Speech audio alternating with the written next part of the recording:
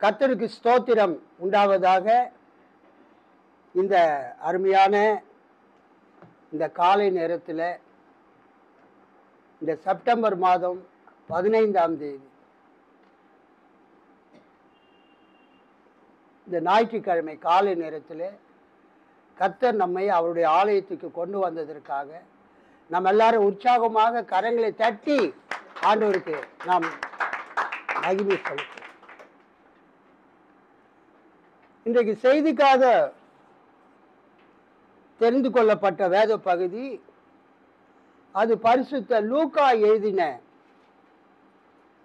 நற்செய்தி நூல் 7ஆம் அதிகாரம் 11 முதல் 17 வரை. லூக்கா 7 11 17. மறுநாளிலே அவர் நாயின் என்னும் ஊருக்கு போனார். அவருடைய சீஷர் அநேகரும் திரளான ஜனங்களும் அவருடனே கூட போனார்கள். அவர் ஊரின் வாசலுக்கு சமீபித்த போது மரித்து போன ஒருவனை அடக்கம் பண்ணும்படி கொண்டு வந்தார்கள். அவன் தன் தாய்க்கு ஒரே மகனாய் இருந்தான்.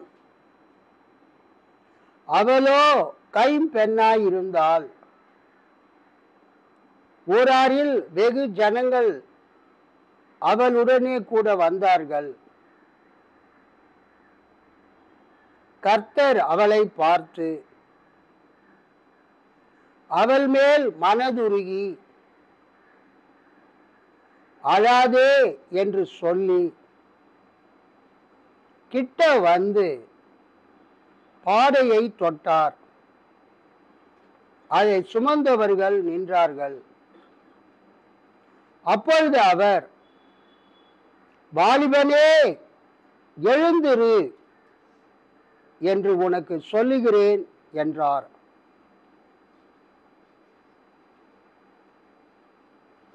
மரித்தவன் எழுந்து உட்கார்ந்து பேசத் தொடங்கினான். அவனை அவன் தாயினிடத்தில் ஒப்புவித்தார். எல்லாரும் பயம் அடைந்து, மகா தீர்க்கதரிசியானவர் நமக்குள்ளே தோன்றியிருக்கிறார் என்றும், தேவன் தமது ஜனங்களை சந்தித்தார் என்றும் சொல்லி தேவனை மகிமைப்படுத்தினார்கள். இந்த செய்தி யூதேயா தேசம் முழுவதிலும் சுற்றி இருக்கிற திசைகள் யாவற்றிலும் பிரசித்தமாயிற்று. அல்லேலூயா, அல்லேலூயா, அல்லேலூயா. கண்களை மூடி ஜெபிப்போம். மகா பரிசுத்தமும் கிருபையும் இரக்கமும் மிகுந்த பரம தகப்பனே, உமது திருக்குமாரனும் எங்கள் ஆண்டவரும் இரட்சகருமாகிய இயேசு கிறிஸ்துவின் நாமத்தினாலே உம்மை நோக்கி மன்றாடுகிறோம். ஆண்டவரே, இந்த நாயின் ஊர் விதவையின் மகனை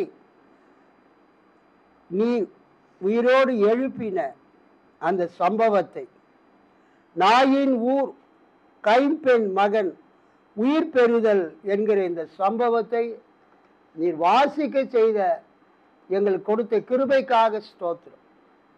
வாசிக்கப்பட்ட வசனத்திலிருந்து நீர் எங்களோடு பேசுவீராக. எழுதப்பட்டிருக்கிற வேத வசனத்திலிருந்து நீர் இன்றைக்கும் எங்களோடு பேசுகிற தேவனாய் இருக்கிறீர். அதற்காக நன்றி. உமது வார்த்தை எங்களை உயிர்ப்பிக்கட்டும். உமது வார்த்தை எங்களுக்கு விசுவாசத்தை கொடுக்கட்டும்.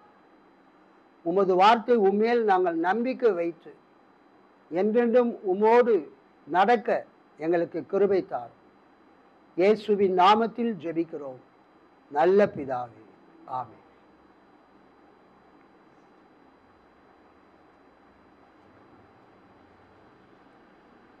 லூக்கா சுவிசேஷமே ஏழைகள் எளியவர்கள் சமுதாயத்திலே ஒடுக்கப்பட்டவர்கள்,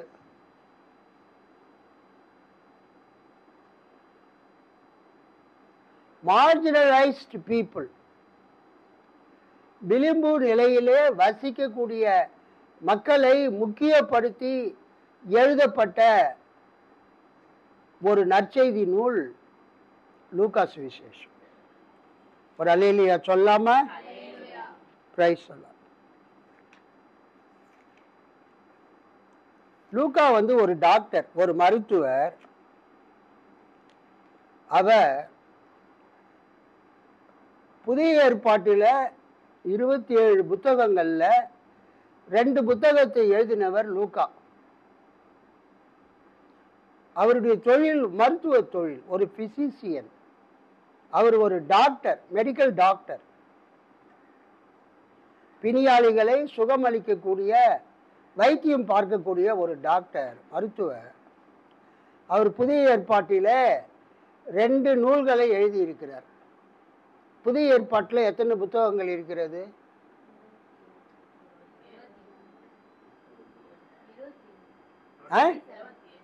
27 புத்தகங்கள் இருக்கிறது. புதிய ஏற்பாட்டில் இருக்கிற அந்த ஆகமங்களை நீங்க எண்ணி பார்த்தீங்கன்னா 27 ஆகமங்கள், 27 நூல்கள் வரும். அந்த 27 நூல்கள்ல 2 பெரிய நூல்களை யார் எழுதினதுன்னா லூக்கா தான் எழுதினார். அல்லேலூயா. லூக்கா எழுதின சுவிசேஷம்.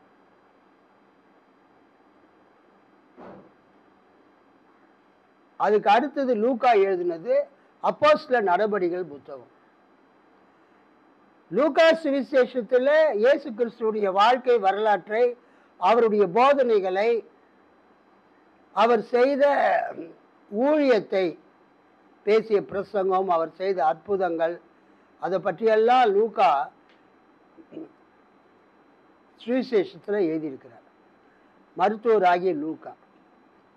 ரெண்டாவது அப்போஸ்தலர் நடபடிகள்ல சபை எப்படி உருவானது, சபை எப்படி தோன்றியது, சபை எப்படி எருசலேம்ல பெந்தேகோஸ்தே நாளில் ஆரம்பித்து எப்படி படிப்படியாக எருசலேமில், யூதேயாவில், சமாரியாவில், கலிலேயாவில், அப்புறம் உலகத்தினுடைய தலைநகராக இருந்த ரோமாபுரி வரைக்கும் அந்த சுவிசேஷம் எப்படி சென்றது, திருச்சபை எப்படி பரவினது என்கிற அந்த வரலாற்றை யார் எழுதியிருக்கிறது?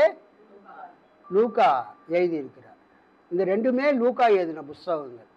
லூக்கா எழுதின சுவிசேஷம், அப்போஸ்தலர் நடபடிகள்.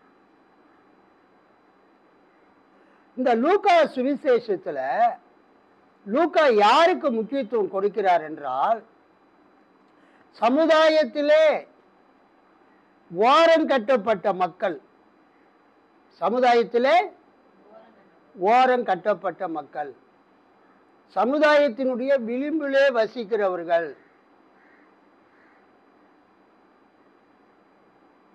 அவங்களுக்கு பேரு மார்ஜினலைஸ்டு பீப்புள். விளிம்பு நிலை கோட்டுக்கு வெளியிலே வசிக்கிறவர்கள். ஆக்சுவலா லூக்கா 14 அதிகாரம் 13 வசனத்துல, நீ விருந்து பண்ணும்போது ஏழைகளையும் ஊனரையும் சப்பானிகளையும் குருடரையும் அழைப்பாயாக.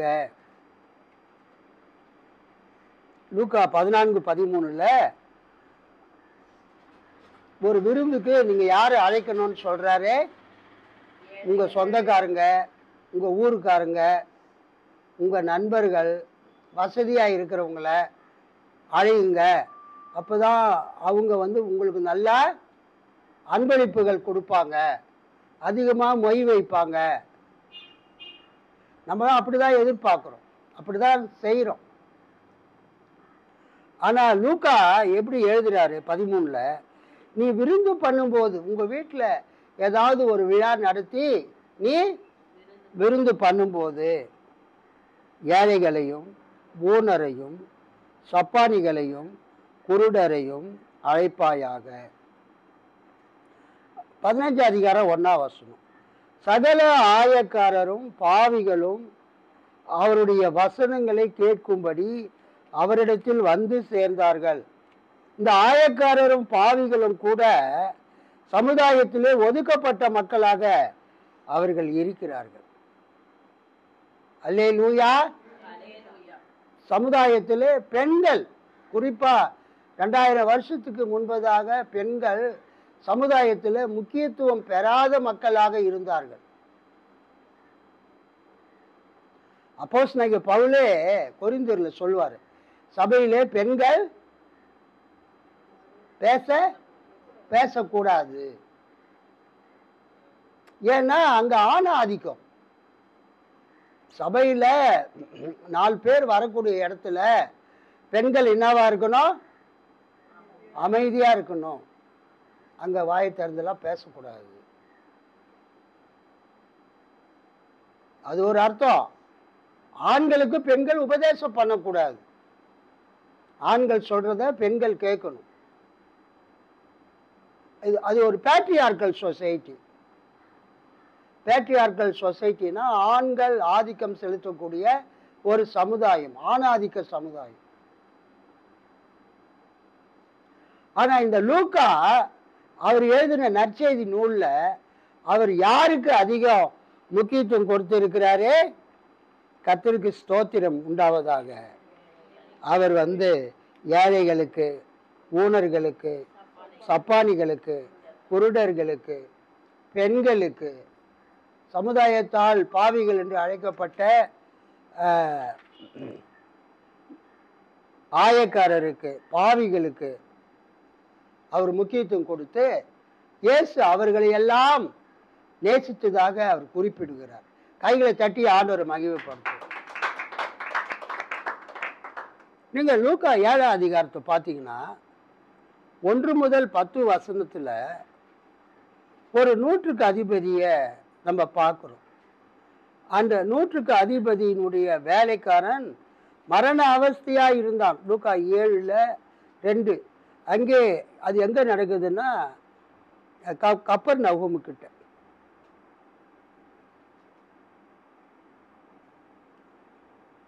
அங்கே 100க்கு அதிபதியாகிய ஒருவனுக்கு பிரியமான வேலைக்காரன் வியாதிப்பட்டு மரண அவஸ்தையாய் இருந்தான். அல்லேலூயா. கர்த்தருக்கு ஸ்தோத்திரம் உண்டாவதாக.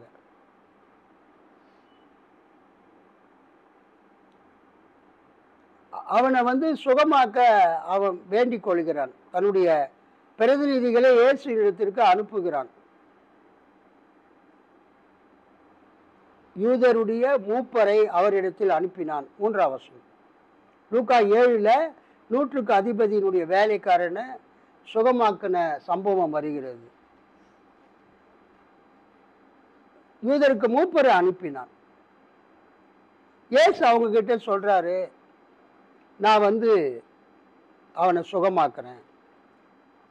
6ஆம் வசனம். இயேசு அவர்களுடனே கூட போனார். அதன் பிறகு அவன் சொல்றான், ஒரு வார்த்தை மாத்திரம் சொல்லும், என் வேலைக்காரன் சொஸ்தமாவான். இயேசு சொல்றாரு 9ஆம் வசனம், இஸ்ரவேலருக்குள்ளும் நான் இப்படிப்பட்ட விசுவாசத்தை காணவில்லை என்று உங்களுக்கு சொல்லுகிறேன்.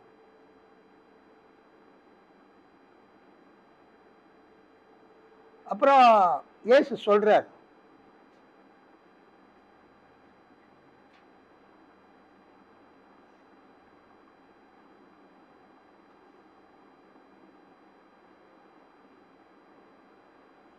அனுப்பப்பட்டவர்கள் வீட்டுக்கு திரும்பி வந்தபோது வியாதியாய் கிடந்த வேலைக்காரன் சுகம் அடைந்திருக்கிறதை கண்டார்கள்.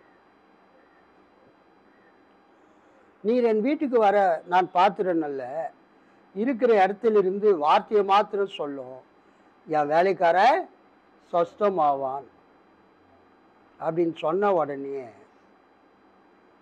இயேசு அவனை மெச்சிக்கொள்றார், அவனை அப்ரிசியேட் பண்றார். இஸ்ரவேலருக்குள்ளும் நான் இப்படிப்பட்ட விசுவாசத்தை காணவில்லை என்று உங்களுக்கு சொல்லுகிறேன் என்றார். அனுப்பப்பட்டவர்கள் வீட்டுக்கு திரும்பி வந்தபோது வியாதியாய் கடந்த வேலைக்காரன் சுகமடைந்து இருக்கிறதை கண்டார்கள். அந்த சம்பவம் முடிஞ்ச பிறகு இந்த நாயின் ஊர் விதவையினுடைய இந்த மகனை இயேசு சுகமாக்குற சம்பவத்தை நம்ம பார்க்கிறோம். அல்லேலூயா, கர்த்தருக்கு ஸ்தோத்திரம் உண்டாவதாக. இயேசு கிறிஸ்து அந்த 100க்கு அதிபதியை, அந்த அதிபதியினுடைய வேலைக்காரனை கப்பர்நகூமிலே சுகமாக்குகிறார். 7:1 அவர் தம்முடைய வார்த்தைகளை எல்லாம் ஜனங்களுடைய காதுகள் கேட்கும்படி சொல்லி முடித்த பின்பு கப்பர்நகூமுக்கு போனார். கப்பர்நகூமில் 100க்கு அதிபதியினுடைய அந்த வேலைக்காரனை அவர் என்ன பண்றாரு? சுகமாக்குறார் வார்த்தையினால.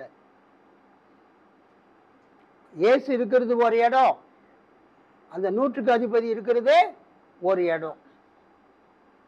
தூரத்தில் இருந்து அந்த 100க்கு அதிபதியினுடைய வேலைக்காரனை இயேசு சுகமாக்கினார்.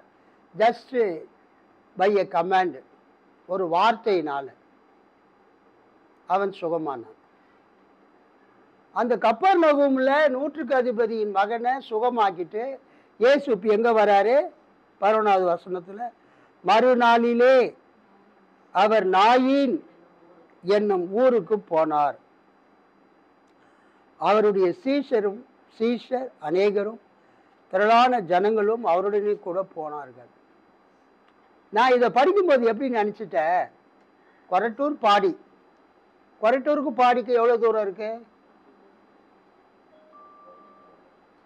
ஒரு ரோடு தான். ரோட்டுக்கு இந்தாண்ட கொரட்டூர், ரோட்டுக்கு அந்தாண்ட பாடி. நான் அப்படிதான் நினச்சிட்டேன். கப்பர்நகூமில் அந்த 100க்கு அதிபதியினுடைய வேலைக்காரனுடைய 100க்கு அதிபதியின் வேலைக்காரனை சுகமாக்கிட்டு அவர் எங்கே வந்துட்டார்? நாயின் ஊருக்கு வந்துட்டார். ஆனால் மேப்பை ஜஸ்ட்டு திருப்பி பார்த்தேன். பைபிளுக்கு பின்னால் மேப் இருக்குது. நம்ம பைபிளுக்கு பின்னால் பலஸ்தீனா தேசம் புதிய ஏற்பாட்டின் காலத்தில், பலஸ்தீனா தேசம் புதிய ஏற்பாட்டின் காலத்தில், அம்மா மேப் எங்கம்மா இருக்குது பைபிளில்? வெளிப்படுத்தின விசேஷம் முடிஞ்ச உடனே இருக்கும். பலஸ்தீனா தேசம் புதிய ஏற்பாட்டின் காலத்தில். அங்கே நீங்கள் பார்த்தீங்கன்னா மேலே கலிலேயா, கொராசின், கப்பர்நகூம், பெத்சாய்தா இருக்கா? கலிலேயா கடலுக்கு மேலே வடக்கில் கப்பர்நகூம் என்கிற ஒரு ஊர் இருக்குது. கப்பர்நகூம், அங்கே தான் அவர் யார் சுகமாக்குனாரு? 100க்கு அதிபதியினுடைய வேலைக்காரனை சுகமாக்குனார். அப்படியே கீழே வாங்க, அந்த கலிலேய கடலுக்கு கப்பர்நகூம், மகதா, திபேரியா, நாசரேத்து, திபேரியா, நயீன் இருக்கா? நம்ம தமிழ் பைபிளுக்கு உள்ளே வந்து நாயின் இருக்குது. ஆனால் அட்லஸில் மேப்பில் எப்படி இருக்குது? நயீன், NAIN, நயீன். ஏன் அங்கே நயீன் போட்டிருக்காங்கன்னா, திருவிவிலியம் பொது மொழி பெயர்ப்பில் நாயின் இல்லை, நயீன் தான் இருக்குது. நயீன் ஊர் கைம்பெண் மகன் உயிர் பெறுதல். அதன் பின் இயேசு நயீன் என்னும் ஊருக்கு சென்றார். அவருடைய சீடரும் பெருந்திரளான மக்களும் அவருடன் சென்றனர். ஸோ நாயின் கிடையாது, அந்த ஊர் பேர் என்னதுங்க? நயீன். திருவிலியம் பொது மொழி பெயர்ப்பில் அந்த நாயின் ஊருக்கு நயீன் என்று அழைக்கப்படுகிறது. இங்கிலீஷில் ஸ்பெல்லிங்கு NAIN, நயீன்.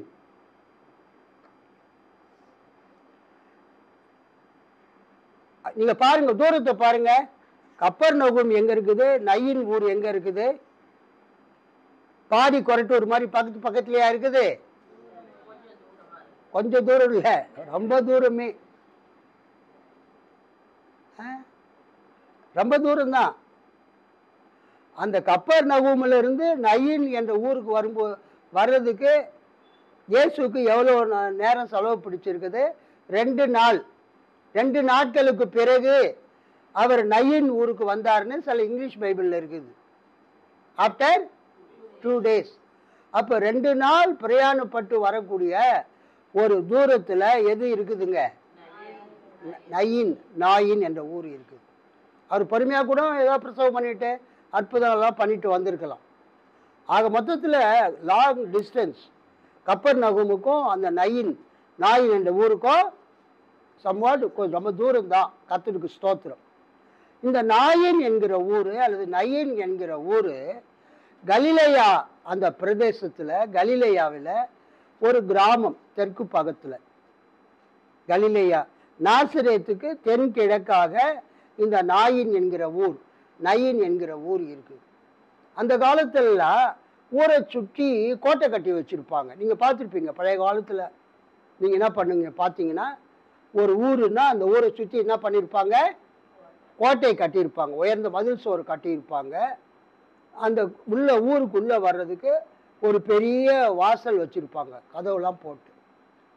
ஏன்னா தங்களுடைய மக்களை பாதுகாப்பதற்காக, எதிரிகள் இடத்துலேருந்து பாதுகாப்பதற்காக அந்த பெரிய மதில் சுவரை எல்லாம் கட்டி, கோட்டையை கட்டி, அந்த சாயந்தரத்தில் அந்த கோட்டை வாசலை கதவை மூடிடுவாங்க, காலையில் திறந்து விடுவாங்க.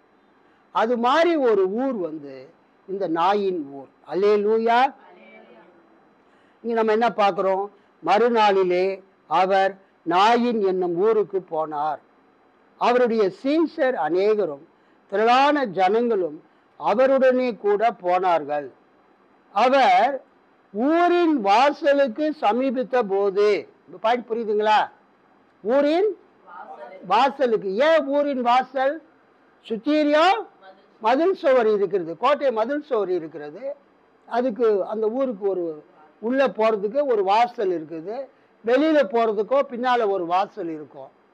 அவர் கப்பர்நகூம்ல இருந்து மேல இருந்து கீழே வரும்போது அந்த நாயின் ஊர் வாசல் கிட்ட இயேசு வருகிறார், அவருடைய சீஷர்கள் வருகிறார்கள், திரளான கூட்டத்தார்கள் இயேசுவை பின்தொடர்ந்து வருகிறார்கள்.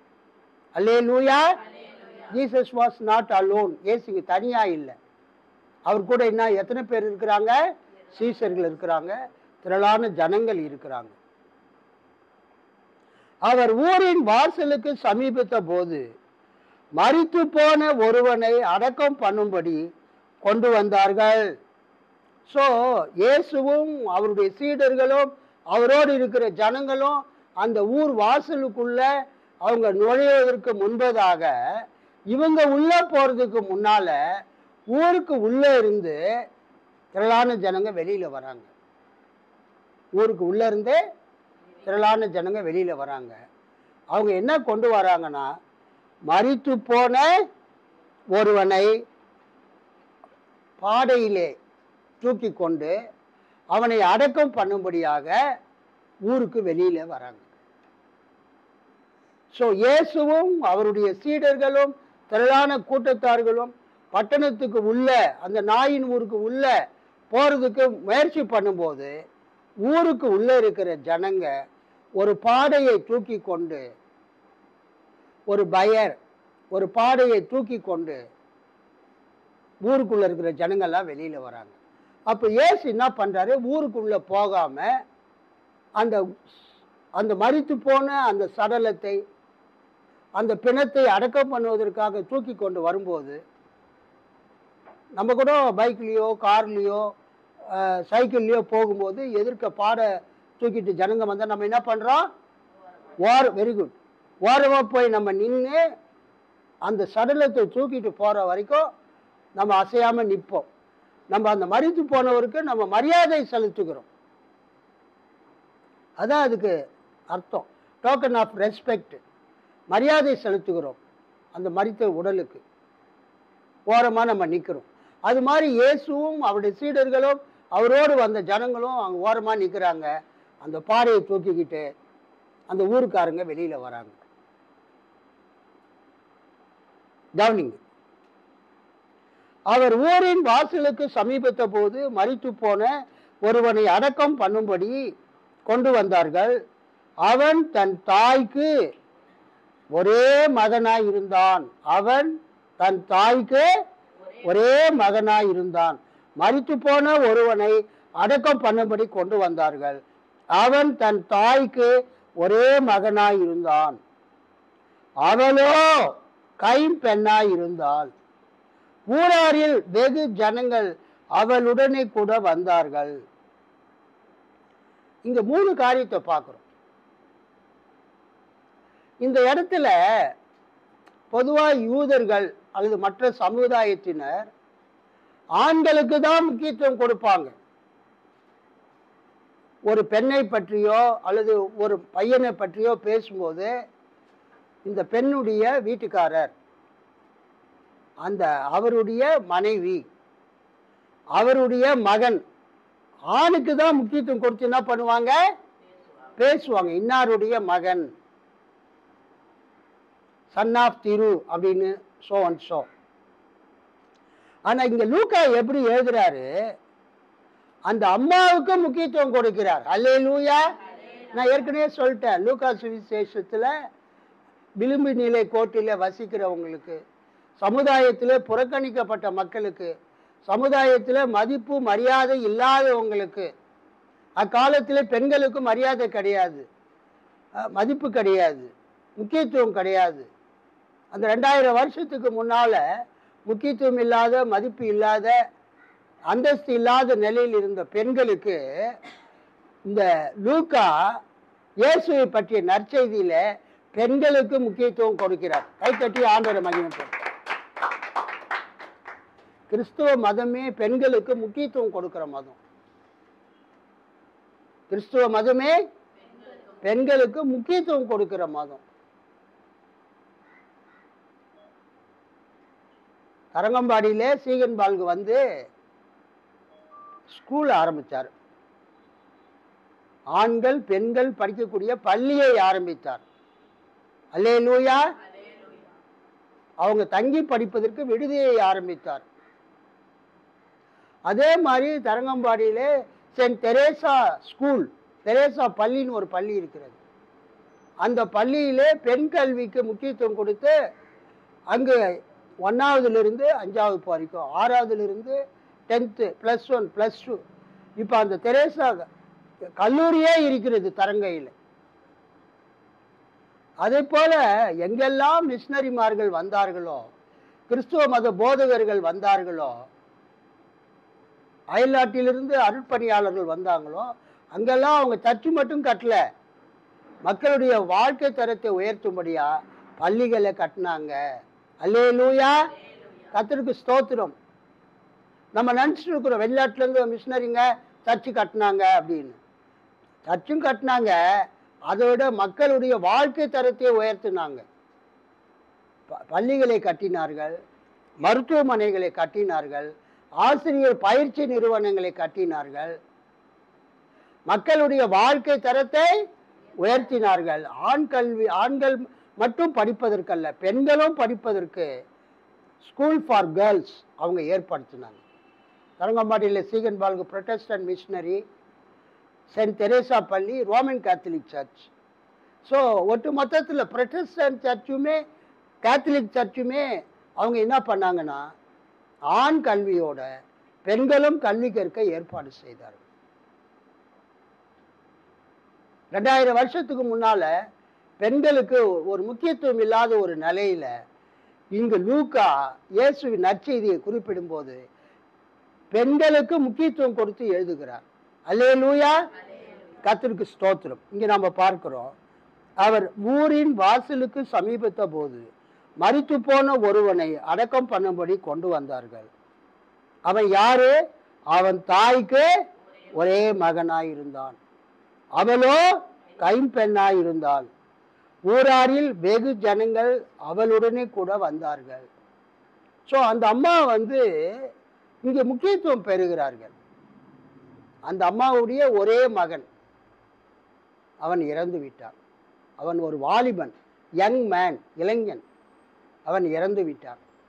அந்த அம்மா எப்படிப்பட்டவங்க? கைம்பெண். கைம்பெண் என்றால் ஒரு விதவை.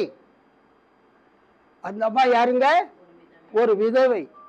ஸோ புருஷன் இல்லாம அந்த மகனோடு வாழ்ந்து கொண்டிருந்த அந்த அம்மா இப்பொழுது அந்த பையன் மரித்து போன பிறகு அவங்களுக்கு எதிர்காலமே இல்லாத ஒரு சூழ்நிலை ஏற்பட்டது. சமுதாயத்திலே அவங்க வாழ்வதற்கு, வசிப்பதற்கு, வேலை செய்து சம்பளம் வாங்கி கொண்டு வந்து குடும்பத்தை நடத்துவதற்கு, உதவி செய்வதற்கு யாரும் இல்லாத ஒரு சூழ்நிலையில அந்த ஊர் மக்கள் எல்லாருமே மிகுந்த வேதனையோடு அந்த விதவையினுடைய, அந்த அம்மாவுடைய ஒரே மகனாகிய அந்த இளைஞனுடைய அடக்கத்திலே கலந்து கொண்டு அவருடைய அடக்கம் பண்ணும்படியாக அந்த பாடையை சுமந்து கொண்டு வருகிறார். இப்போ புரியுதா உங்களுக்கு? ஸோ ஊருக்கு உள்ளே இருந்து அவங்க தூக்கிட்டு வராங்க. அந்த ஊருக்கு உள்ளே போகிறதுக்கு வந்த இயேசு கிறிஸ்து அங்கே நின்று விடுகிறார். 13ஆம் வசனம். இயேசு என்ன பண்றார் பாருங்க. What Jesus did. கர்த்தர் அவளை பார்த்து, இயேசு என்ன பண்றாரு? முதலாவது அந்த அம்மாவை பார்க்கிறார். அந்த அம்மாவுடைய வேதனையை, அந்த அம்மாவுடைய கண்ணீரை, அந்த அம்மாவுடைய பிரச்சனையை, அந்த அம்மா இருக்கிற நிலைமையை இயேசு பார்க்கிறார். அல்லேலூயா. இந்த காலை நேரத்திலையும் அன்றைக்கு அந்த அம்மாவை பார்த்த இயேசு கிறிஸ்து உங்களையும் என்னையும் பார்க்கக்கூடியவராக இருக்கிறார். என்னம்மா விக்டோரியா மகாராணி, அந்த அம்மாவை பார்த்த இயேசு கிறிஸ்து இன்றைக்கு உங்களையும் என்னையும் எல்லாரையுமே பார்க்கக்கூடியவராய் இருக்கிறார். யாரெல்லாம் கஷ்டத்தில் இருக்கிறாங்களோ, யாரெல்லாம் துன்பத்தில் இருக்கிறாங்களோ, யாரெல்லாம் வேதனையில் இருக்கிறாங்களோ, யாரெல்லாம் தங்கள் எதிர்காலத்தை குறித்து கவலையோடு இருக்கிறாங்களோ அவங்களை இயேசு பார்க்கிறார். அல்லேலூயா. அந்த அம்மாவுக்கு ஒரே மகன், அவன் மரித்து விட்டான். அந்த அம்மா ஒரு விதவை, ஒரு கைம்பெண்.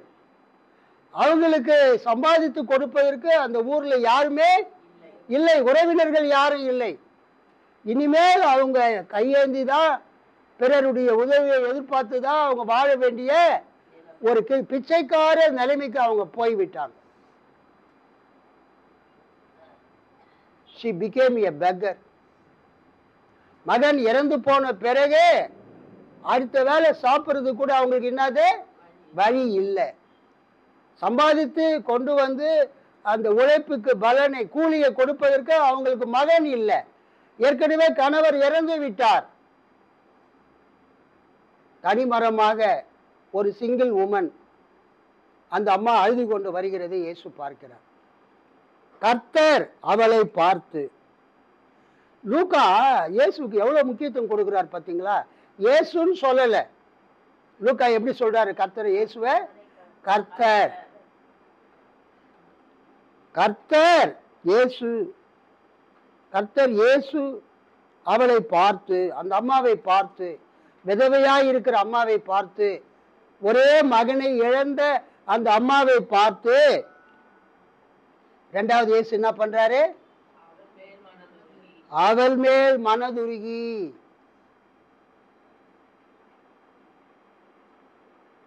Jesus had compassion for that woman. அந்த அம்மா மேல இயேசு என்ன பண்றாருங்க? மனதுருகிறார். He expressed deep sorrow for that widow who lost her only son, one and only son. தன்னுடைய ஒரே மகனை இழந்த அந்த விதவையான அந்த அந்த அம்மாவை இயேசு பார்க்கும் பொழுது அவருடைய இருதயம் மிகவும் உணர்ச்சி வசப்பட்டு அந்த அம்மாவுக்காக அவர் மனதுருகுகிறார். அல்லேலூயா. அந்த அம்மாவுக்காக அவர் கண்களிலே தண்ணீர் வருகிறது. ஐயோ பாவம், இந்த அம்மாவுக்கு ஒரே மகன், இந்த அம்மா ஒரு கைப்பெண், ஒரு விதவை. இந்த அம்மாவை காப்பாத்துறதுக்கு இனிமேல் இந்த உலகத்துல யாருமே இல்லை. பாவம் இந்த அம்மா. இந்த ஊரார் எல்லாம் இயேசு, அவங்க அழுவுறது இயேசுவின் காதில் விழுந்திருக்கும். ஐயோ ஐயோ ஒரே பையன் போயிட்டானே, ஏற்கனவே புருஷன் இறந்துட்டான், இப்போ இந்த பையனும் இறந்துட்டான், இந்த இந்த அம்மாவுடைய நிலைமை என்ன ஆகும் அப்படின்னு ஒருவேளை அந்த ஜனங்க அழுதுட்டு வருவாங்க. நீங்க பார்த்துருக்கிறீங்க இல்லையா? அப்படி அழுதுட்டு வர்றதை பார்த்த இயேசு அந்த அம்மா மேல மனதுருகி, ஃபர்ஸ்ட் கர்த்தர் அவளை பார்த்தார், ரெண்டாவது அவள் மேல் மனதுருகினார், மூன்றாவது இயேசு என்ன சொல்றாரு, அவளை பார்த்து அழாதே, do not cry, do not weep, அழாதே என்று சொல்லி கைத்தட்டி ஆண்டவரை மகிமைப்படுத்தி. நீங்க அழும்போதெல்லாம் உங்களை இயேசு பார்க்கிறார். நீங்கள் கண்ணீர் விடும்போதெல்லாம் உங்களை இயேசு பார்க்கிறார். லூக்கா சொல்ற மாதிரி கர்த்தர் பார்க்கிறார். லூக்கா நம்ம இயேசுன்றோம், ஆனா அவர் என்ன சொல்றாரு, கர்த்தர். ரொம்ப ஒரு மதிப்பை கொடுக்கிறார். கர்த்தரை பார்க்கிறார், ஆண்டவரை பார்க்கிறார். இயேசு அவளை பார்த்து, கர்த்தர் அவளை பார்த்து, ரெண்டாவது அவள் மேல் மனதுருகி. Jesus had a deep compassion for that woman. அந்த அம்மா மேல மிகுந்த மன உருக்கம் இயேசு கொள்கிறார், மனதுருகி. மூணாவது என்ன சொல்றாரு, அழாதே, do not weep, do not cry. தயவு செய்து நீ என்ன பண்ணாதமா, அழாத. அங்க தயவு செய்தெல்லாம் சொல்ல, அவரு டைரக்டாவே என்ன சொல்லிட்டாரு, அழாதே. அழுதுட்டு இருக்கிறவங்கிட்ட போய் தயவு செய்து அழாது நான் சொல்றது, அழாதுன்னு தான் சொல்ல முடியும். ஏசு அந்த அம்மா கிட்ட அழாதே அப்படின்னு சொல்றாரு. நாலாவது இயேசு என்ன பண்றாரு, 14ஆம் வசனம், கிட்ட வந்து பாடையை தொட்டார். அல்லேலூயா. இயேசு செய்த நாலாவது காரியம் என்ன, பாடையை தொட்டார். He touched the buyer. He touched the structure. ஒரு பலகை மாதிரி, ஸ்ட்ரக்சர் மாதிரி ஒரு படுக்கையில அவனை கடத்தி கூட அடக்கம் பண்றதுக்கு என்ன பண்ணலாம், அவங்க தூக்கிட்டு போகலாம். பாடையை தொட்டார். He touched the buyer or he touched the structure. பாடையை தொட்டார். அதை சுமந்தவர்கள் நின்றார்கள். அப்பொழுது அவர்,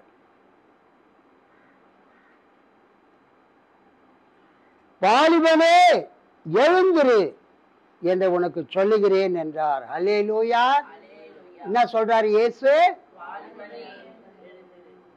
அங்க அவர் கண்ணை மூடி முழங்கால் போட்டு பரலோகத்தினர கைகளை உயர்த்தி ஒரு நீண்ட ஜெபம்லாம் பண்ணல.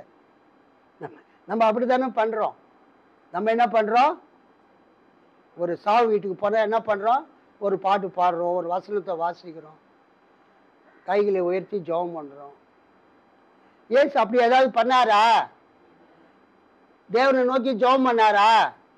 லாசருவின் கல்லறையில அவர் ஜெபம் பண்றாரு, ஆனா இங்க அவர் என்ன பண்ணல, ஜெபம் பண்ணல. தேவனை நோக்கி அவர் ஜெபம் பண்ணல. இயேசு டைரக்டா அந்த செத்து போன பிணத்துக்கிட்ட பேசுறாரு. கைத்தட்டி ஆண்டவரை மகிமைப்படுத்து. Jesus directly spoke to the corpse. செத்து போன பிணத்தை நோக்கி இயேசு என்ன பண்றாரு, பேசுறாரு. Jesus, the Lord Jesus spoke to the corpse. பணத்தை பார்த்து பேசுகிறார். பணத்துக்கிட்ட பேசுனா அது காதுல விழுமா? ஆனா இயேசு பேசுறார். அவருக்கு தெரியும் தான் யார் என்று, இயேசுக்கு தெரியும்.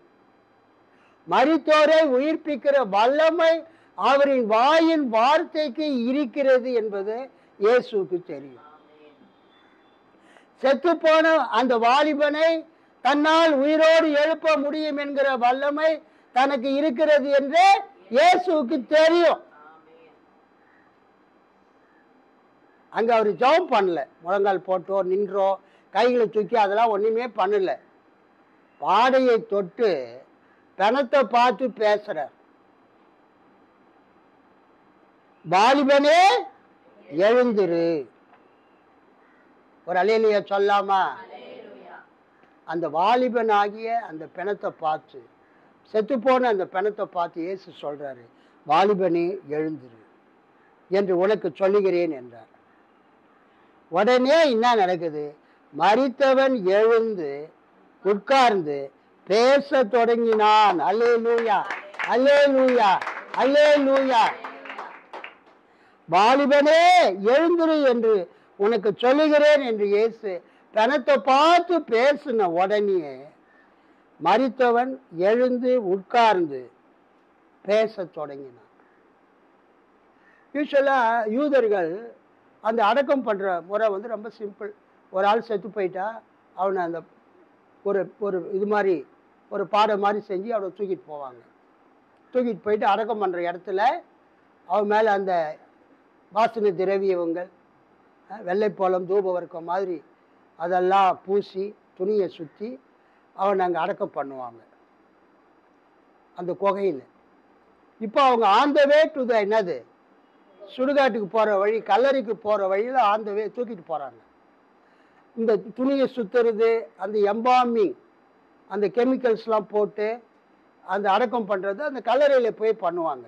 இப்போ சாதாரணமாக அவன் போட்டிருக்கிற ட்ரெஸ்ஸோட அவனை தூக்கிட்டு போகிறாங்க. ஆனால் ஒரு ஆள் செத்த உடனே என்ன பண்ணுவாங்கன்னா, அது எல்லா தேசத்துலையுமே அந்த ஆளுடைய கண்ணை மூடிடுவாங்க. பார்த்துருக்கிறீங்களா? ஒரு ஆள் செத்துட்ட பிறகு அந்த ஆளுடைய கண்களை மூடிடுவாங்க. சிலர் என்ன பண்ணுவாங்க, சாகிற நேரத்தில் வாயை திறந்துட்டு இருப்பாங்க. அது பார்க்குறதுக்கு பயமாக இருக்கும், சின்ன பிள்ளைங்க பெரியவங்க அவங்களாம் பார்க்குறதுக்கு. அதனால தலையில் இந்த இதுக்கு என்ன பேருங்க, மோவாயா, தாடை, ஆமாம், அந்த தலையிலிருந்து ஒரு கயிறு, ஒரு ரிப்பன் மாதிரி ஒரு கயிறை கொண்டு வந்து இங்கே கட்டி முடிச்சு போட்டுடுவாங்க. அப்போ என்ன ஆகும், அந்த வாய் வந்து க்ளோஸ் ஆகிடும். புரியுதா உங்களுக்கு? வாய் க்ளோஸ் ஆகிடும். அப்புறம் அந்த கை ரெண்டுத்தையுமே என்ன பண்ணுவாங்க, பார்த்துருக்கிறீங்களா? மரித்து போன உடனே ரெண்டு கையை சேர்த்து கட்டிடுவாங்க. ஏன்னா கையில் ஃப்ரீயாக விட மாட்டாங்க, கையை கட்டிடுவாங்க. அப்புறம் ரெண்டு காலையும் பக்கத்து பக்கத்தில் வச்சு என்ன பண்ணுவாங்க, அதையும் ஒரு கட்டு போட்டுடுவாங்க.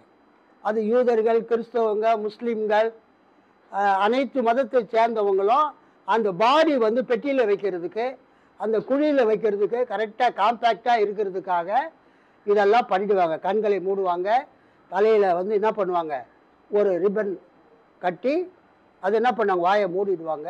ரெண்டு கையையும் மொத்தமாக கட்டிடுவாங்க, ரெண்டு காலையும் ஒன்றா வச்சு கட்டை விரலில் கட்டிடுவாங்க.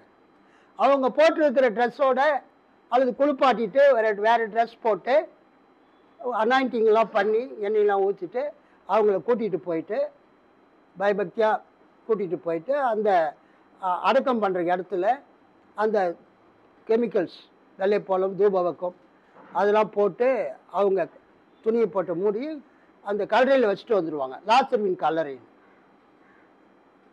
ஸோ அதெல்லாம் பண்ணுறதுக்கு முன்னால் ஊருக்கு வெளியில், அந்த நகர வாசலுக்கு வெளியில் வரும்போது இந்த சம்பவம் நடக்கிறது. அல்லேலூயா. ஆக மொத்தம் வீட்டில் கை காலில் கட்டியிருப்பாங்க. ஆனால் இங்கே என்ன மிரக்கல்னா, இயேசு அவனை பார்த்து பேசுறாரு. என்ன சொல்றாரு, வாலிபனே எழுந்துரு என்று உனக்கு சொல்லுகிறேன்னு சொன்ன உடனே அவனை என்ன காலை போட்டு கட்டி இருந்தாலும் இயேசுவினுடைய வார்த்தைகள் போய் அவனுக்கு என்ன கொடுக்குது, ஜீவனை கொடுக்குது, உயிரை கொடுக்குது. செத்து போன ஆவி திரும்ப அவனுக்கு வந்து விட்டது.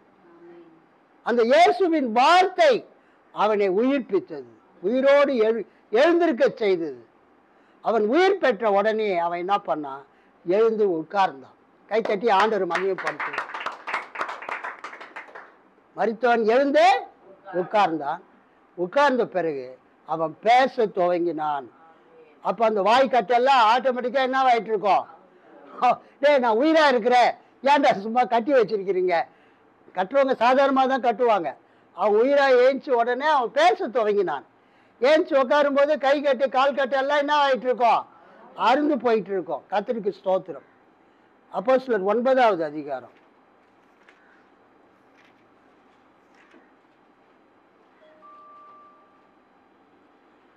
பேதுரு போய் ஒரு அம்மாவை உயிரோடு எழுப்புறார்.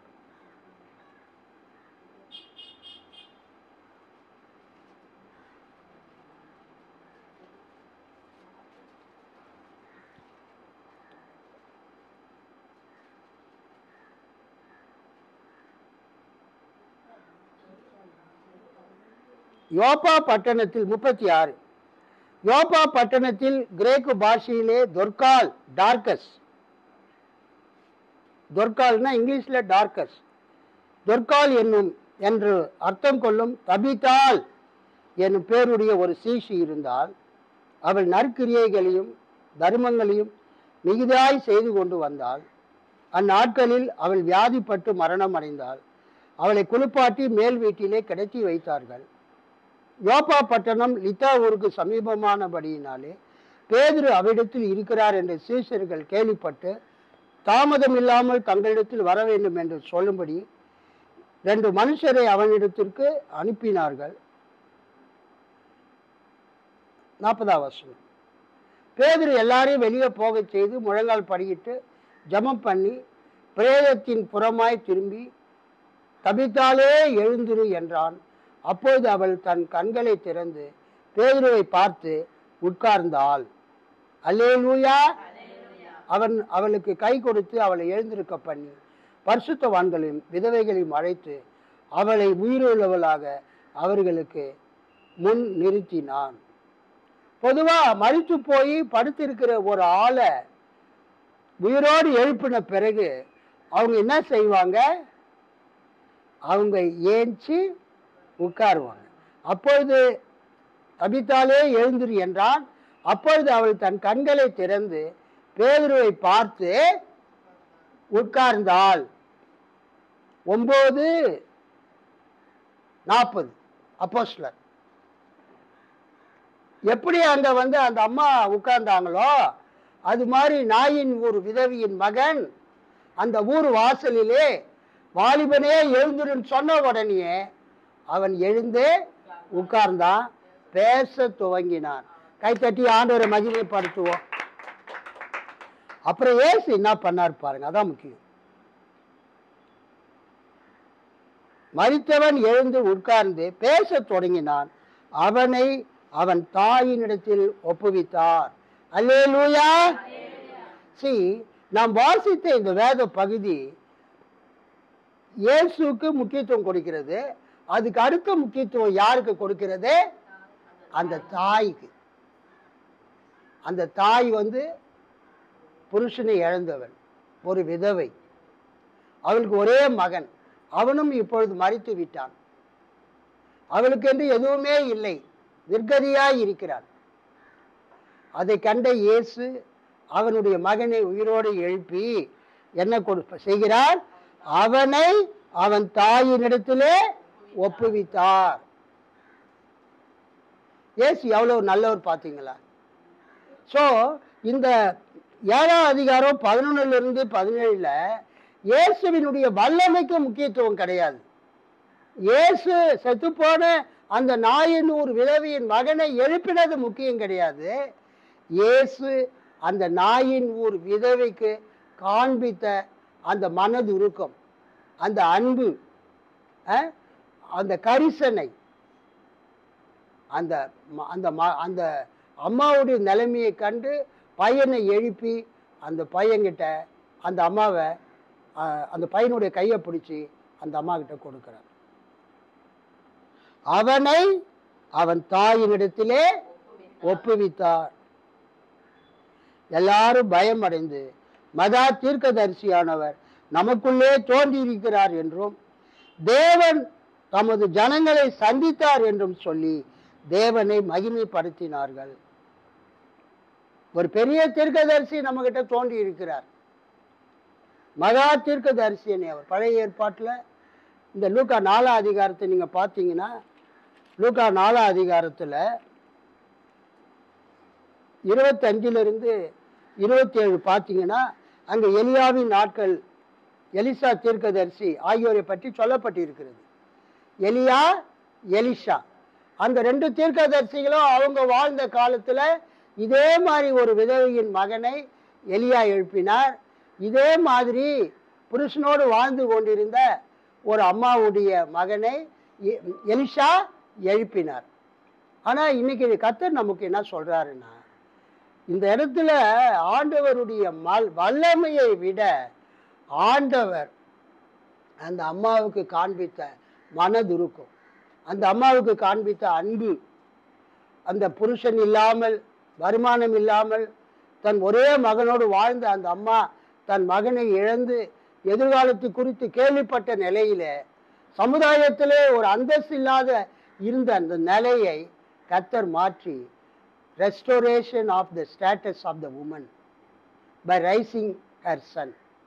அந்த அம்மாவுடைய விதவியினுடைய நாயினூர் விதவியினுடைய மகனை உயிர் பெற்ற செய்ததன் மூலமாக அவள் இழந்து போன அந்த ஸ்டேட்டஸை, அந்த உயர்ந்த நிலையை மறுபடியுமா இயேசு அந்த அம்மாவுக்கு தருகிறார். கைத்தட்டி ஆண்டவர் மகிழ்ச்சி. இந்த காலை நேரத்தில் நீங்கள் எந்த நிலையில இருந்தாலும், எதை இழந்து இருந்தாலும் ஆண்டவர் உங்களை எழுப்ப வல்லவராய் இருக்கிறார். கடைசியா பாருங்க, எல்லாரும் பயம் அடைந்து மகா தீர்க்கதரிசியானவர் great prophet has arisen among us, நமக்குள்ளே தோன்றி இருக்கிறார். இயேசுவை அவர்கள் ஒரு தீர்க்கதரிசி என்றார்கள், எலியாவை போல எலிஷாவை போல. அது மட்டுமல்ல, தேவன் தமது ஜனங்களை சந்தித்தார் என்றும் சொல்லி தேவனை மகிமைப்படுத்தினார்கள். உங்க வாழ்க்கையில தேவன் அற்புதங்களை செய்யும் போது ஜனங்கள் என்ன சொல்லுவாங்க? தேவன் நம்மை சந்தித்தார். அல்லேலூயா. தியோசென்ட்ரிக், தேவனை மையப்படுத்தக்கூடிய ஒரு காரியம். கிறிஸ்டோசென்ட்ரிக், கிறிஸ்து இந்த காரியத்தை செய்தார் என்று மக்கள் சொல்லுவார்கள். இந்த செய்தி யூதேயா தேசம் முழுவதிலும் சுற்றி இருக்கிற தேசங்கள் யாவற்றிலும் பிரசித்தமாயிற்று. இந்த நாயின் ஒரு விதவையின் மகனை இயேசு உயிரோடு எழுப்பி அந்த அம்மா கிட்ட ஒப்பு கொடுத்த அந்த சம்பவம் அந்த ஊரோட நின்று போகவில்லை, அந்த பாலஸ்தீன தேசம் முழுவதிலுமே பரவினது. அந்த யூதேயா என்பது யூதேய மாநிலம் மட்டுமல்ல, அந்த முழு பாலஸ்தீன தேசம் முழுவதுக்கும் இயேசு செய்த இந்த அற்புதம், நாயின் ஒரு விதவின் மகனை எழுப்பி அந்த அம்மாவு மேல அவர் காண்பித்த அந்த மனதுருக்கம் செய்தி முழு உலகத்திற்கும் பரவினது. ஸோ இன்றைக்கும் கர்த்தர் உங்களுக்கும் எனக்கும் இதே அற்புதத்தை செய்ய வல்லவராக இருக்கிறார். முதலாவது அவர் பார்த்தார், கிட்ட வந்து அழாதே என்று சொன்னார். மூன்றாவது பாடையை தொட்டார், வாலிபனே எழுந்திரு என்று சொன்னார். நாலாவது அவனை அந்த அம்மா கையிலே ஒப்பு கொடுத்தார். ஸோ இந்த காலை நேரத்தில் இயேசு உங்களுக்கும் அந்த அற்புதத்தை செய்ய வல்லவராக இருக்கிறார். கர்த்தர் உங்களை ஆசீர்வதிப்பாராக. ஆமென்.